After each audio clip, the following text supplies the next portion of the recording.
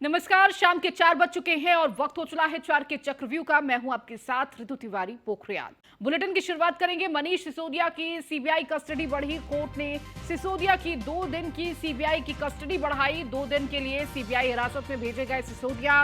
Rouse revenue court ने 2 दिन की कस्टडी बढ़ाई। तो बड़ी खबर इस वक्त आपको दे रहे हैं। 2 दिन के लिए सीबीआई हिरासत में भेजे गए सिसोदिया। राउस एवेन्यू कोर्ट ने 2 दिन की कस्टडी बढ़ाई है। तो लगातार सीबीआई मनीष सिसोदिया से पूछताछ कर रही है और इस दौरान सीबीआई की कस्टडी बढ़ी है। कोर्ट ने सिसोदिया की 2 दिन की सीबीआई कस्टडी बढ़ाई है। तो जहां मनीष सिसोदिया ने जमानत याचिका दायर की थी,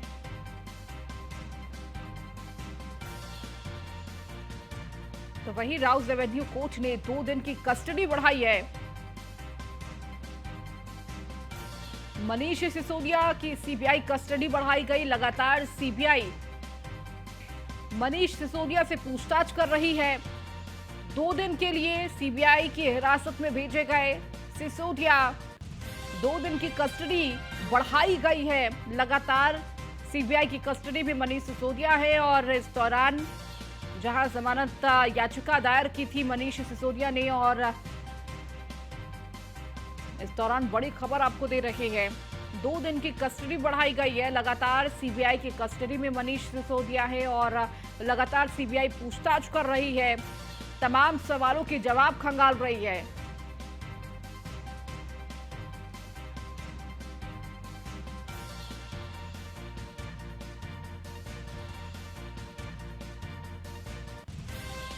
कोर्ट ने सिसोदिया की 2 दिन की सीबीआई कस्टडी बढ़ाई। 2 दिन के लिए सीबीआई की हिरासत में भेजे गए हैं सिसोदिया। और अधिक जानकारी के साथ हमारी संवाददाता पीयूष तिवारी हमारे साथ जुड़ चुके हैं। पीयूष, क्या जानकारी पूरी मिल पा रही है, क्योंकि 2 दिन की कस्टडी बढ़ा दी गई है। लगातार सीबीआई की पूछताछ अब जारी रहेगी। जी बिल्कुल, देखिए लगातार जो आम आदमी पार्टी के नेता हैं या वरिष्ठ नेता है मनीष सिसोदिया, उनको एक तरीके से झटके पे झटके मिल रहे हैं। चाहे आप देखिए, जब उन्हें सीबीआई ने पूछताछ के लिए बुलाया, उसके बाद उनकी गिरफ्तारी हो गई, उसके बाद राउस एवेन्यू कोर्ट में उन्हें पेश किया गया, फिर उनको सीबीआई रिमांड उनको दी गई और आज रिमांड खत्म होने वाले थे। ऐसे में एक बार फिर राउस एवेन्यू कोर्ट में जब मनीष सिसोदिया को पेश किया गया, तो उसके बाद एक बार फिर 2 दिन की और रिमांड कहीं ना कहीं सीबीआई को मिल गई है। इससे पहले मनीष सिसोदिया को सुप्रीम कोर्ट से भी झटका लग चुका है। सुप्रीम कोर्ट ने यह भी कह दिया कि आप सीधे सुप्रीम कोर्ट चले आए, कहीं ना कहीं ये परंपरा ठीक नहीं है। तो निश्चित रूप से झटके पे झटके मनीष सिसोदिया को जरूर मिल रहे हैं, लेकिन आज जिस तरीके से कोर्ट में दलीलें दी गई, तमाम तरीके की बातें कही गई, सीबीआई ने कहा कि हम 3 दिन की रिमांड चाहते हैं। ऐसे में मनीष सिसोदिया की ओर से तमाम जो पक्ष है, वो उनके जो 2 वकील थे मनीष सिसोदिया की ओर से, वो रख रहे थे। उन्होंने कहा कि मनीष सिसोदिया हर उस जांच में सहयोग कर रहे हैं और मनीष सिसोदिया को लगातार पूछताछ की जा रही है उनसे, और कहीं ना कहीं उनके स्वास्थ्य के लिए ये ठीक नहीं है। इसके अलावा मनीष सिसोदिया की पत्नी के स्वास्थ्य का भी हवाला दिया गया कि पत्नी घर पर है, उनके स्वास्थ्य भी ठीक नहीं है। इसके अलावा यह भी कहा गया कि मनीष सिसोदिया को जब भी बुलाया जाएगा, जब भी बुलाया भी गया है, तब भी वो पूछताछ के लिए शामिल हुए हैं। ऐसे में सीबीआई लगातार इस बात को ही कह रही थी कोर्ट में कि मनीष सिसोदिया जांच में सहयोग नहीं कर रहे हैं। इसके अलावा सीबीआई ने यह भी कहा कि कुछ डिजिटल एविडेंस है, उसको लेकर हमें पूछताछ करनी है, तो हमें और भी रिमांड चाहिए। और इसके साथ ही यह भी कहा गया कि हमारा जो 2 दिन है, सीबीआई ने कहा कि 2 दिन हमारे खराब हो गए। एक दिन मनीष सिसोदिया ने किसी दवा की मांग की थी, बीमारियों की अगर हम बात करें, उसको ठीक करने के लिए जो दवा आमतौर पे वो खाते होंगे, तो उसको लेकर भी सीबीआई ने जिक्र किया कि एक दिन हमें दवा ढूंढने में लग गया, एक दिन हमें दवा को लेकर तमाम तरीके की दिक्कतें सामने आई। और दूसरी ओर सुप्रीम कोर्ट का भी जिक्र किया गया कि सुप्रीम कोर्ट भी हमें जाना पड़ा। तो निश्चित रूप से समय नहीं मिल पाया। यही कहीं ना कहीं कहने का जो कारण है, तात्पर्य है, वो सीबीआई का कोर्ट में था कि हमें और भी समय चाहिए ताकि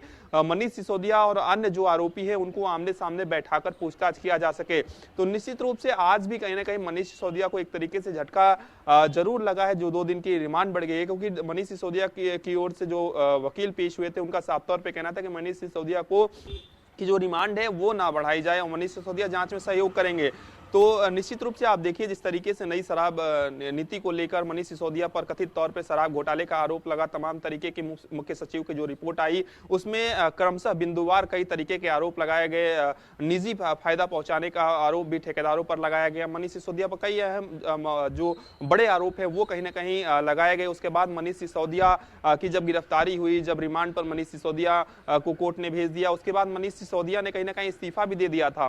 तो आज भी कोर्ट में कई महत्वपूर्ण बातों को रखा गया है मनीष सिसोदिया मामले में, और 10 मार्च की अगर हम बात करें तो 10 मार्च को एक बार फिर से सुनवाई होगी इस पूरे मामले में, और 2 बजे का समय बताया जा रहा है कि 10 मार्च को एक बार फिर राउज एवेन्यू कोर्ट इस पूरे मामले में सुनवाई करेगा। ठीक है, बहुत शुक्रिया पीयूष इन तमाम जानकारियों को देने के लिए। खबरों में आगे बढ़ेंगे। बीजेपी की कोर कमेटी की बैठक आज है। आज शाम बुलाई गई बीजेपी की कोर कमेटी की बैठक, सीएम आवास पर यह कोर कमेटी की बैठक होगी, जिसमें CM Yogi Adityanath, deputy CM Keshav Prasad Maurya और ब्रजेश पाठक मौजूद रहेंगे। प्रदेश अध्यक्ष भूपेंद्र चौधरी और प्रदेश महामंत्री धर्मपाल सिंह भी रहेंगे मौजूद। तो आज शाम मुख्यमंत्री आवास पर यह कोर कमेटी की बैठक होने जा रही है। तो बेहद महत्वपूर्ण ये बैठक मानी जा रही है। माना जा रहा है कि इस बैठक के दौरान मिशन 2024 को लेकर तमाम रणनीतियों पर चर्चा हो सकती है, चिंतन मंथन हो सकता है। इसके साथ ही साथ चूंकि निकाय चुनाव भी होने हैं, उस निकाय चुनाव को लेकर भी चिंतन मंथन होगा कि आखिर किस तरह से किन रणनीतियों को अपनाया जाए। तो बेहद महत्वपूर्ण बैठक। इसके साथ ही साथ अगर गौर किया जाए तो एक पद एक व्यक्ति लगातार इसे लेकर भी चर्चा हो रही है।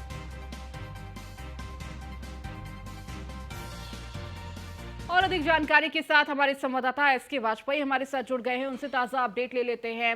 एसके, इस पूरे मामले पर क्या अभी ताजा अपडेट है? कितने बजे यह कोर कमेटी की बैठक शुरू होगी और किन किन विषयों पर चर्चा होगी इस दौरान?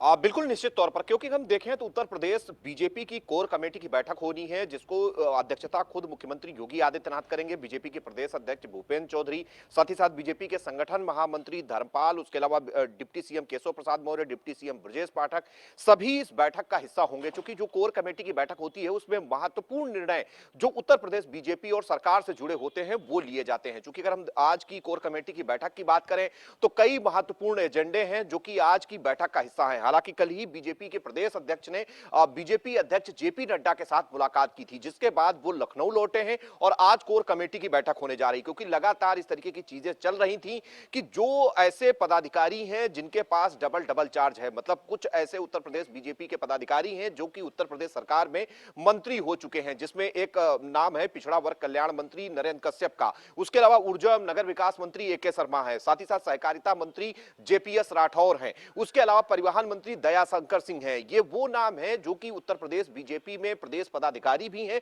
और साथ ही साथ उत्तर प्रदेश सरकार में मंत्री भी हैं। चूंकि बीजेपी में एक व्यक्ति एक पद का सिद्धांत लागू है, तो इनके पदों पर नए पदाधिकारियों की तैनाती को लेकर भी आज की कोर कमेटी की बैठक में मंथन होना है। हालांकि सभी चीजें केंद्रीय नेतृत्व के सामने रखी गई हैं और वहां से लगभग हरी झंडी मिल चुकी है। आज कोर कमेटी की बैठक के बाद ये नाम फाइनल किए जा सकते हैं। दूसरा बड़ा निर्णय यह है कि बीजेपी लगातार अपने प्रदेश संगठन को मजबूत कर रही है, तो जो सेक्टर और साथ ही साथ जो बूथ प्रभारी हैं उसको लेकर भी कमेटी में आज चर्चा होगी और कोशिश यह होगी कि बूथ स्तर तक की कमेटियों को मजबूत किया जाए, वहां पर नए पदाधिकारियों की तैनाती की जाए। जो पदाधिकारी लगातार भारतीय जनता पार्टी के साथ जुड़े रहे उनको सेक्टर और मंडल स्तर के पद दिए जाएं, उसको लेकर भी आज कोर कमेटी की बैठक में चर्चा होगी। तीसरा बड़ा बिंदु है उत्तर प्रदेश में चूंकि नगरीय निकाय के चुनाव होने हैं, चूंकि जो जातीय आरक्षण था उसको लेकर मामला फंसा हुआ था, जिसको लेकर एक आयोग गठित किया गया है, वो अपनी रिपोर्ट 31 मार्च तक देगा। उसके बाद चुनाव में बीजेपी को जाना है, तो कहीं ना कहीं उन चीजों को लेकर भी आज की कोर कमेटी में चर्चा होगी। उन सारी चीजों पर भी एक सहमति बनाने की कोशिश होगी, एक रणनीति बनाने की कोशिश होगी ताकि उन सारी चीजों को लेकर बीजेपी मैदान में उतरे।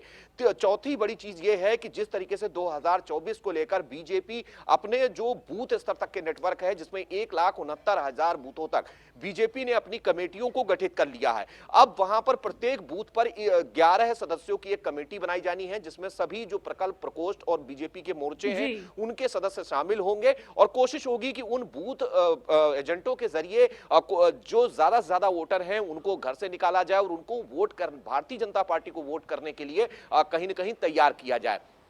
तो ये बहुत सारे महत्वपूर्ण एजेंडे हैं जो कि आज की कोर कमेटी की बैठक का हिस्सा है, जिसको लेकर आज ये चर्चा होनी है और इस पर अगर अमल होता है तो उसके बाद नए नामों की घोषणा भी आज देर रात तक हो कहीं ना सकती कहीं है। इस बैठक पर नजर रहने वाली है कि अगर इस बैठक के दौरान कई महत्वपूर्ण निर्णय लिए जा सकते हैं। बहुत शुक्रिया इसके इन तमाम जानकारियों को देने के लिए। खबरों में आगे बढ़ेंगे। आज से राजधानी में बसों की सेवा शुरू। सीएम योगी ने 75 राजधानी बसों को दिखाई हरी झंडी, तो वहीं 39 साधारण बसों को सीएम रवाना किया। इसके साथ ही ऑनलाइन रिजर्वेशन के लिए यूपी राही ऐप को भी लॉन्च किया। यूपी एसआरटीसी के 50वें स्वर्णिम वर्ष पर डाक टिकट भी जारी हुआ है। कार्यक्रम को सीएम योगी ने संबोधित किया। राजधानी बस सेवा के शुभारंभ पर बधाई दी। उन्होंने कहा कि परिवहन विभाग के बड़े बेड़े में नई बसें आई हैं। परिवहन विभाग के मंत्री और अफसरों को बधाई। कोरोना काल में परिवहन विभाग ने बहुत काम किया है। चालकों और परिचालकों ने दिन रात मेहनत की है। कोटा से हम छात्र छात्राओं को लेकर आए। गाजियाबाद सहारनपुर में बसें लगा दी थी। कोरोना में हम दिल्ली से लोगों को लेकर आए। 1 करोड़ लोगों को कोरोना में घर पहुंचाया। संकट के समय सरकार लोगों के साथ खड़ी रही। ये तमाम बातें सीएम योगी आदित्यनाथ ने कही।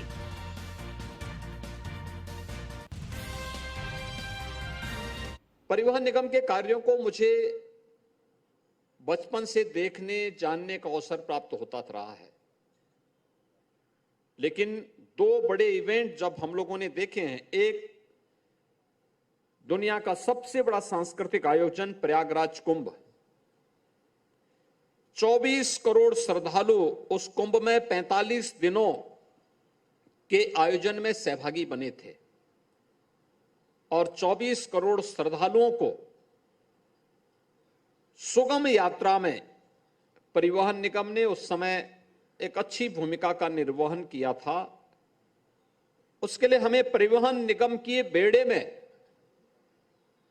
5000 नई बसेज राज्य शासन की तरफ से हम लोगों ने उपलब्ध करवाए थे, जिनके बल पर 24 करोड़ लोगों की सुगम यात्रा को आसान बनाने के लिए, उन श्रद्धालुओं की सुगम यात्रा और आसान यात्रा के लिए परिवहन निगम के सभी कार्मिकों ने बड़ी भूमिका का निर्वहन किया था। पुरानी जो बसेज हो चुकी हैं, 10 साल पुरानी बसेज अगर हैं, उनको स्क्रैप की तरफ ले जाकर के फिर से नई बसेज को खरीदने के लिए हम लोगों ने इस बार तो बजट में 1000 नई बसेज खरीदने के लिए 400 करोड़ रुपए दिए हैं परिवहन निगम को, और पहली बार इतना पैसा अलग से मिल रहा। कुंभ को छोड़ करके इतना पैसा पहली बार हम लोग दिए हैं, और 100 करोड़ रुपए दिए हैं जो आपके बस अड्डे हैं, उन बस अड्डों को भी एयरपोर्ट की तर्ज पर विकसित करने के लिए अच्छी, कुछ को पीपीपी मोड पर लेके जाइए, कुछ को आपका परिवहन निगम स्वयं ही उसको बनाने की तैयारी करिए।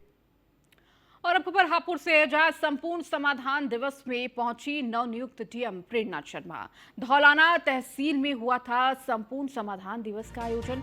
फरियादियों की समस्या सुनकर अधिकारियों को दिए आवश्यक दिशा निर्देश।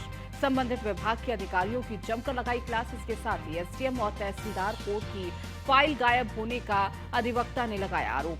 डीएम ने एसडीएम के पेशा करके लगाई फटकार लगाते हुए पेशाकार से मांगा स्पष्टीकरण का जवाब न देने पर एफआईआर दर्ज करने के निर्देश भी दिए। डीएम प्रेरणा शर्मा की फटकार के बाद अधिकारियों में हड़कंप देखने को मिला।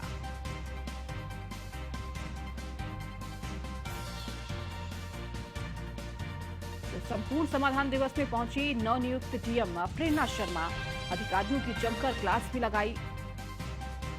लगातार सभी कामों की समीक्षा की कि किस तरह से काम किए जा रहे हैं, और कमी होने पर अधिकारियों की क्लास लगाते हुए प्रेरणा शर्मा नजर आईं। धौलाना तहसील में ये संपूर्ण समाधान दिवस का आयोजन किया गया था। और अधिक जानकारी के साथ मोहम्मद ताहिर हमारे संवाददाता हमारे साथ जुड़ चुके हैं। ताहिर, क्या जानकारी मिल पा रही है? नई नवनियुक्त ये डीएम है प्रेरणा शर्मा, जिन्होंने संपूर्ण समाधान दिवस के मौके पर पहुंचकर समीक्षा बैठक भी की, अधिकारियों से बातचीत की। जी, आपको बताना चाहूंगा, प्रेरणा शर्मा अभी नई नियुक्त जो है डीएम है और हापुड़ में आई हैं। उसके बाद आज समाधान दिवस जो है धौलाना में चल रहा था, जहां फरियादी अपने अपनी फरियाद लेकर आ रहे थे।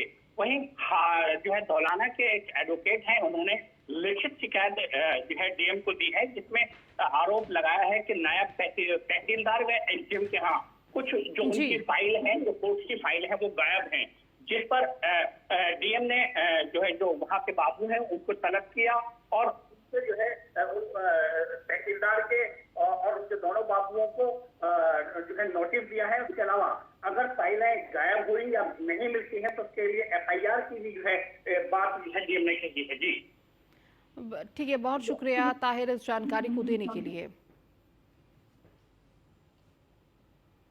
अब खबर गाजियाबाद से। गाजियाबाद में राष्ट्रीय व्यापार मंडल के द्वारा आज अंतर्राष्ट्रीय महिला दिवस के अवसर पर 51 महिलाओं को नारी शक्ति सम्मान से सम्मानित किया गया। वहीं कार्यक्रम में मुख्य अतिथि के रूप में मंत्री असीम अरुण मौजूद रहे।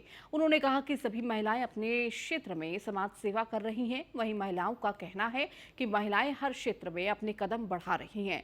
साथ ही इस कार्यक्रम से महिलाओं को जो सम्मान मिला उससे काफी उत्साहित नजर आई।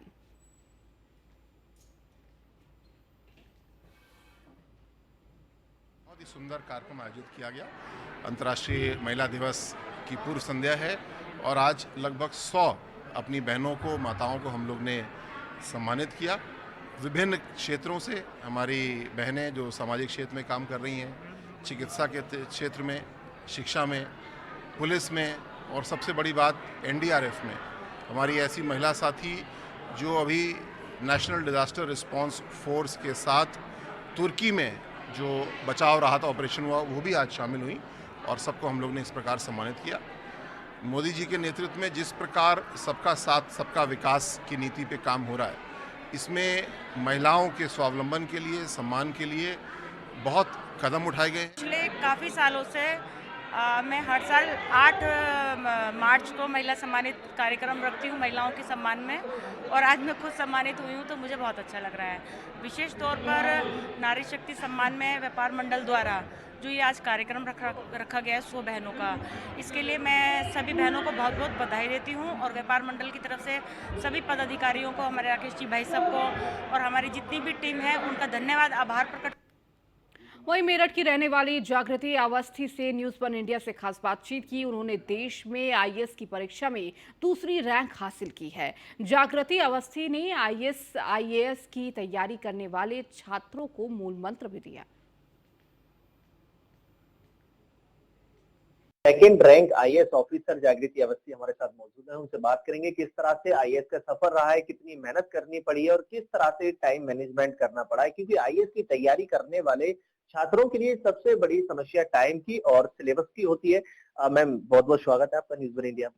थैंक यू मैम, किस तरह से आईएएस का अभी तक सफर रहा है, कितनी मेहनत करनी पड़ती है और टाइम मैनेजमेंट सबसे बड़ा सवाल खड़ा होता है। आईएएस एक जो छात्र है आईएएस की तैयारी करता है उसके लिए सबसे बड़ा जो परेशानी का विषय है वो टाइम है। कैसे उसको मैनेजमेंट किया आपने और किस तरह से आपका सफर रहा अभी तक? आपने जो कुछ भी पूछा है मैं उसको पॉइंट बाय पॉइंट एड्रेस करती हूँ। तो सबसे पहले आपने पूछा कि सफर कैसा रहा है, तो मैंने एनआईटी भोपाल से 2017 में इलेक्ट्रिकल इंजीनियरिंग की थी और 2017 से 2019 तक मैं बीएचए भोपाल में जॉब कर रही थी।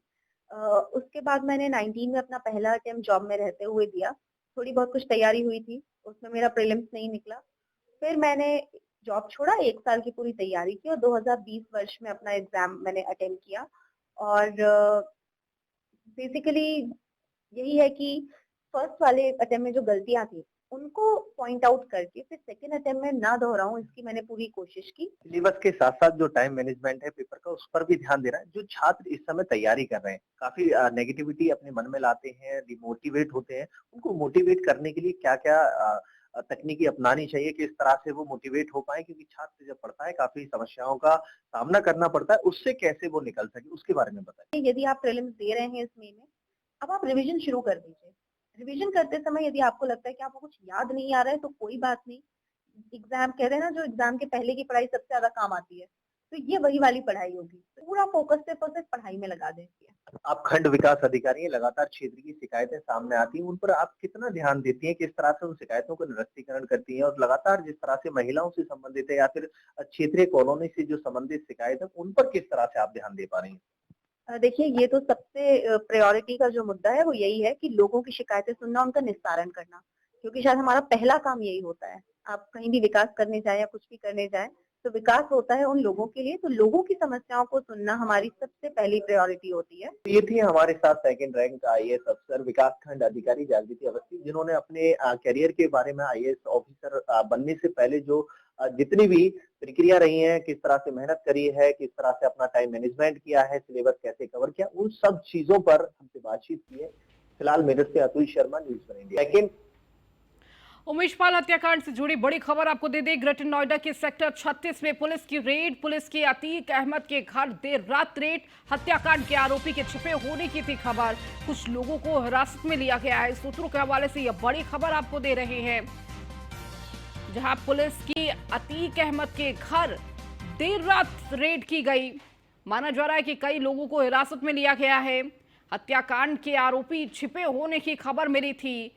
तो सेक्टर 36 में अतीक अहमद का घर, जहां पर हत्याकांड से जुड़े लोगों के छिपे होने की खबर मिली थी, जिसके बाद ये रेड डाली गई और इस रेड के दौरान कई लोग हिरासत में लिए गए हैं।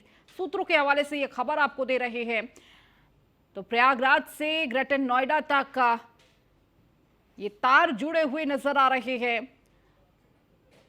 तो सेक्टर 36 में बताया जा रहा है अतीक अहमद के घर पर आरोपी छिपे होने की खबर थी और इस खबर के बाद पुलिस ने रेड डाली और इस दौरान माना जा रहा है कि सूत्रों के हवाले से ये खबर कि कई लोग हिरासत में लिए गए, जिनसे पूछताछ जारी है।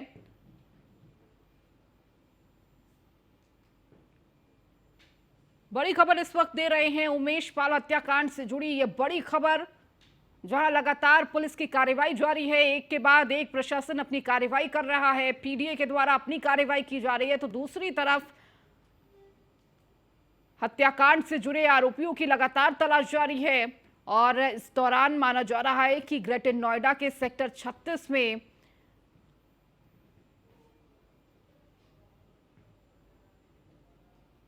पुलिस की रेड पड़ी और इस दौरान कई लोगों को हिरासत में लिया गया।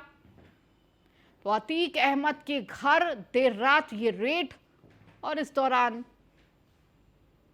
इस रेड में कई लोगों को हिरासत में लिया गया है।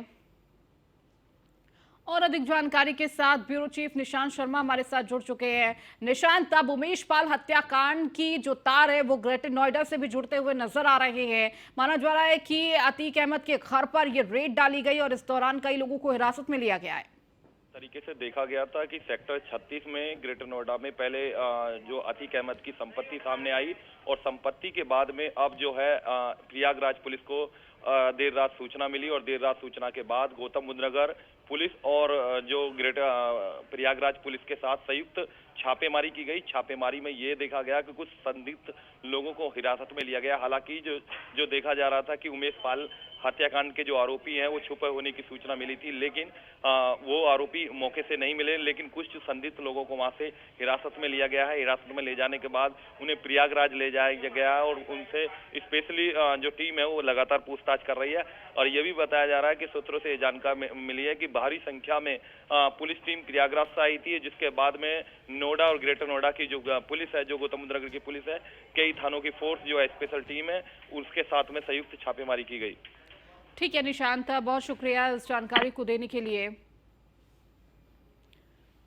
तो उमेश पाल हत्याकांड से जुड़ी ये बड़ी खबर आपको दे रहे हैं, जहां पुलिस की अतीक अहमद के घर देर रात रेड, जहां एक तरफ खुलासा हुआ कि ग्रेटर नोएडा के सेक्टर 36 में अतीक अहमद का घर है, संपत्ति है और उस संपत्ति में माना जा रहा है कि इस हत्याकांड से जुड़े जो आरोपी हैं वो छिपे हुए थे।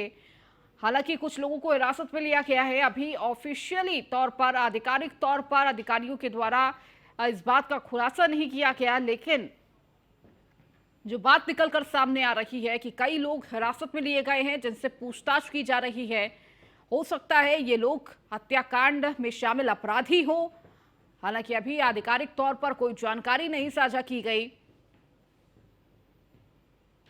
तो सेक्टर 36 जहां पर अतीक अहमद का घर बताया जा रहा है, संपत्ति निकलकर सामने आई और इसके बाद बड़ी संख्या में प्रयागराज से टीम पहुंची हुई थी। इसके साथ नोएडा, ग्रेटर नोएडा की भी पुलिस टीम मौजूद थी, जो इस पूरी कार्रवाई को अंजाम दिया। चलिए, इस बुलेटिन में फिलहाल इतना ही। बने रहिए न्यूज़ वन इंडिया के साथ।